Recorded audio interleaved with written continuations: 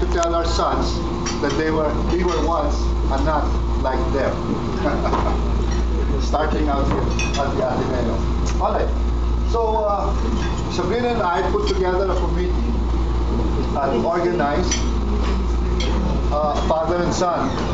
Now, coincidentally, it was 10 years ago when the first father and son bonding day was organized for the high school. That was a time when Sabrina and I were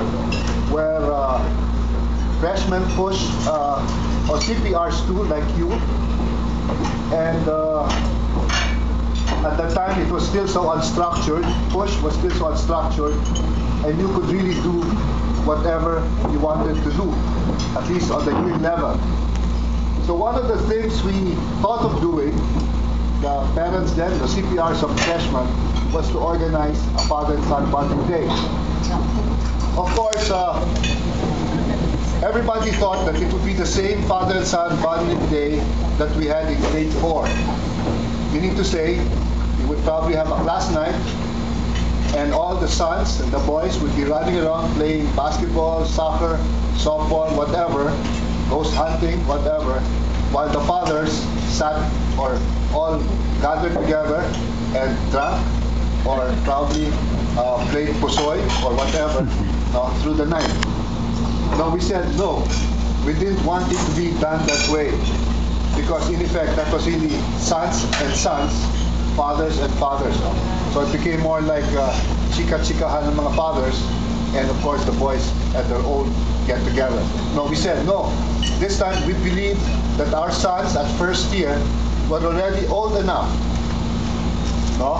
to go through a normal, regular bonding experience.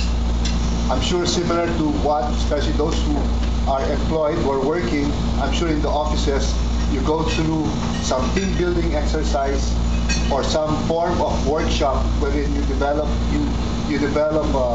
there's a self-enhancement exercise or teamwork exercises. So we said it would be modeled on that basis.